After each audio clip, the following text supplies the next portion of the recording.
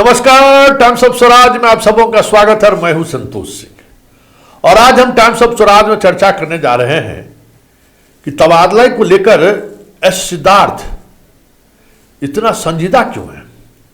उन्हें बार बार मीडिया में आकर ये सफाई देना पड़ रहा है। कभी 60,000 आए हैं, अभी 5 दिन बचा हुआ है, 1 लाख आवेदन हमारे पास आ जाएंगे। ये कहने की जरूरत क्यों पड़ रही है, या फिर मीडिया में ये डाटा लीक क्यों किया जा रहा है? क्योंकि देखिए, ये डाटा पूरी तौर पर शिक्षकों का पर्सनल डाटा है। कौन शिक्षक ट्रांसफर किस आधार पर करना चाहते हैं, उनको क्या परेशानी है, कौन शिक्षक किस मानसिक हालात में है, ये सारी चीजें उनका पर्सनल डाटा है। उस पर्सनल डाटा को बार बार एक रणनीति के तहत ऐसा लगता है कि सार्वजनिक करने की कोशिश हो रही है। कल तक 50,000 कहा जा रहा था, आज वो डाटा 60,000 है और एसीएस कह रहे हैं कि 5 दिन बचा हुआ है, 1 लाख तक ये डाटा पहुंच जाएगा। आखिर ये जो तबादले को लेकर जो बातें आ रही हैं, इसमें इतनी दिलचस्पी एसीएस को क्यों है, या फिर एसीएस इस तबादले को लेकर मीडिया में बार बार बयान क्यों दे रहे हैं? बड़ा सवाल है और बार बार हम कह रहे हैं, इसलिए हम सवाल भी खड़े कर रहे हैं कि इस तबादले के पीछे शिक्षा विभाग का मंशा सही नहीं है। और इसी मंशा की वजह से ऐसे हजारों शिक्षक हैं जो तबादले को लेकर इच्छुक तो हैं, लेकिन अभी भी फॉर्म नहीं भर रहे हैं। क्योंकि शिक्षकों का लगातार मेरे पास भी फोन कॉल्स आ रहे हैं, हमारी उनसे बातचीत भी हो रही है, चीज़ों को वो भी समझ रहे हैं कि पूरे प्रोसेस में कहीं भी स्पष्टता नहीं है। कितनी वैकेंसी है, किस स्कूल में वैकेंसी है, कहाँ ट्रांसफ़र हो सकता है, कैसे ट्रांसफ़र हो सकता है, कोई पारदर्शिता नहीं है। अधिकांश शिक्षक इस बात को लेकर असहज हैं कि 10 को चॉइस में अगर मान लीजिए कि नहीं, अगर मेरा हुआ, वैकेंसी नहीं है, तब तो हम जिस स्कूल में हैं उस स्कूल से बाहर हमको जाना पड़ेगा। कहीं ये स्पष्टता के साथ लिखा हुआ नहीं है कि अगर आपके अनुकूल अगर चॉइस नहीं मिलता है तो आप जहां हैं वहीं बने रह सकते हैं। इस वजह से हजारों हजार शिक्षक, बीपीएससी शिक्षक भी इस फार्मूले को लेकर सहज नहीं है और वो अप्लाई करने से बच रहे हैं। देखिए, ये जो 60,000 का जो आंकड़ा है ना, जरा इस आंकड़ों पर गौर करिएगा तो 5500 तो पति पत्नी बताया जा रहा है और बाकी 5,000 में बीमारी जो है वो आंकड़ा है। कहा जा रहा है कि 50,000 से अधिक जो दूरी की वजह से है, ऐसे शिक्षक ने आवेदन दिया है। तो ऐसे शिक्षक में अधिकांश शिक्षकों की संख्या ऐसी है जो इस स्टेट से बाहर के,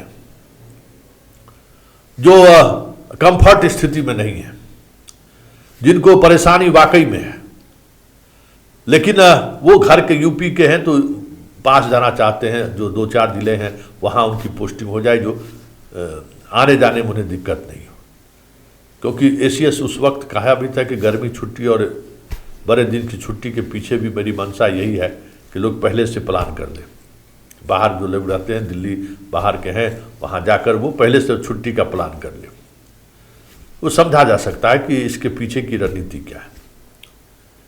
उसके बाद अगर हम बात करें तो जो सक्षमता पास शिक्षक हैं, 6ठे चरण वाले शिक्षक हैं, कुछ और भी शिक्षक हैं, उसकी संख्या भी अच्छी खासी संख्या है। जो पहले से ही बहुत दूर है, वो लोग भी हैं, वो लोग उन्होंने भी अप्लाई किया है। इसलिए ये जो कहा जा रहा था कि बीपीएससी के शिक्षकों का मतलब बहुत दूर दूर ट्रांसफ़र पोस्टिंग हुआ है, वो कहीं न कहीं ये आंकड़ा उस बात को गवाही नहीं देता है।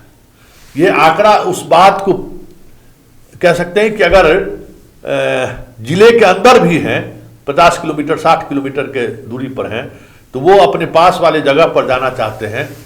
ऐसे शिक्षकों की संख्या भी हजारों में है।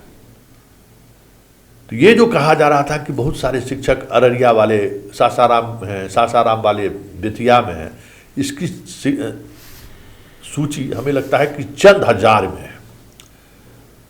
तो ये जो सूची का खेल है ना, उस खेल के सहारे समझा जा सकता है कि सिद्धार्थ की मंशा क्या है। देखिए, वो बार बार मीडिया में आकर बयान देकर कम से कम ये संख्या बढ़ाना चाहते हैं।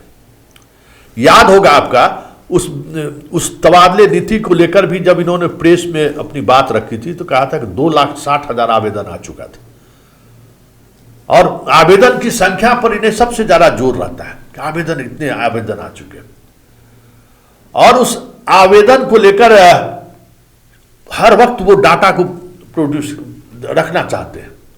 आखिर डाटा के पीछे खेल क्या है? देखिए, इस पूरे तबादले प्रोसेस में जो कुछ भी प्रक्रिया अपनाई गई है वो कहीं से भी नीतिगत तौर पर जो शिक्षा विभाग का जो प्रावधान है उसके अनुकूल नहीं है। बहुत सारी ऐसी चीजें हैं जो सिद्धार्थ के हाथों में भी नहीं है। जैसे जो भी नियोजित शिक्षक हैं, विशेष शिक्षक हैं जो बने हैं, सक्षमता 1 वाले जो शिक्षक हैं, उनके तबादले का अधिकार सिद्धार्थ को आज भी नहीं है। न ये बात मीडिया वाला उनसे कर रहा है, न मीडिया वाले के इन सवालों का, वो 1-2 जगह हमने इस सवाल को उठाया तो उस सवाल को उन्होंने नजरअंदाज कर दिया। मतलब साफ है, उन्हें भी पता है, उन्हें ये राइट अधिकार नहीं है, लेकिन चलिए हम ये सूची लेकर जाएंगे मुख्यमंत्री के पास, मंत्री के पास। इतने लोग काफी दूर रह रहे हैं, बीमार हैं, अशक्त हैं, इनको तबादला की जरूरत है, इसलिए तबादला करने की हमें इजाजत दीजिए। ये जो इजाजत की जो रणनीति है ना, उसी का हिस्सा है ये आंकड़ा, क्योंकि मंत्री और मुख्यमंत्री तबादले को लेकर सिद्धार्थ के तरीके से सहमत नहीं है, और यही वजह रहा कि सिद्धार्थ के तमाम कोशिशों के बावजूद भी उस तबादला नीति को मुख्यमंत्री ने सिरे से खारिज कर दिया। यह अलग बात है कि मुख्यमंत्री के खारिज किए जाने के बावजूद भी आज लगभग 18 दिन होने को है, 18 दिन से ज्यादा का समय हो गया, 20 दिन होने को है, मुख्यमंत्री के उस आदेश का पत्र अभी तक निर्गत नहीं हुआ है कि ये जो सक्षमता 1 के जो शिक्षक हैं वो विशिष्ट शिक्षक कब बनेंगे। जो कहा गया था मुख्यमंत्री को कि जो जहां है वहीं रहते हुए उन्हें विशिष्ट शिक्षक का दर्जा दे दिया जाए, नोटिफिकेशन जारी कर दिया जाए, वो नोटिफिकेशन आज तक जारी नहीं हुआ है। लेकिन ये खेल चल रहा है बदस्तूर, सूचियां जारी की जा रही है मीडिया में। तो चलते चलते एक बात हम आपको बता दें कि बहुत सारे शिक्षक सिद्धार्थ के उस खेल को अब समझने भी लगे कि इस तबादले के पीछे की वजह क्या है, और इस वजह से लोग अब अप्लाई भी नहीं कर रहे हैं। आज ही एक 10+2 की शिक्षिका आज हमको फोन की सुपौल से, और उसकी जिज्ञासा ये था कि हम फॉर्म भरे या नहीं भरे। वो सुपौल नगर परिषद की रहने वाली है, उनको ऑप्शन नगर परिषद नहीं आ रहा है, और जहां है वो शहर से 17 किलोमीटर दूर पर है, मेन रोड पे है, सवारी भी है। उसकी चिंता ये है कि हम 10 ऑप्शन जो दे रहे हैं उस ऑप्शन में अगर वैकेंसी नहीं हुई तब तो हमें किसी दूसरे स्कूल में पोस्ट कर दिया जाएगा, हो सकता है कि उससे भी दूर हमें मिल जाए। तो ये जो वैकेंसी का स्पष्टता नहीं है ना, वो सबसे बड़ा बाधक हो गया है। आंकड़ों का जो खेल दिखाने की कोशिश हो रही है ना, ऐसा लग रहा है जैसे सारे शिक्षकों को एक रणनीति के तहत प्रताड़ित किया गया हो, घर से बहुत दूर दूर तबादला करके। ये साबित करने पर जैसे लगता है कि सिद्धार्थ आमादा है, और ये क्यों आमादा है वो समझ से परे बात है। इसलिए जब जब हम कहते हैं कि तबादले को लेकर बहुत बड़ा पेच है, बड़ा खेल है, तो वो खेल हमें एकदम क्रिस्टल की तरह साफ दिखने लगता है कि वो खेल क्या है और उस खेल के पीछे की रणनीति क्या है।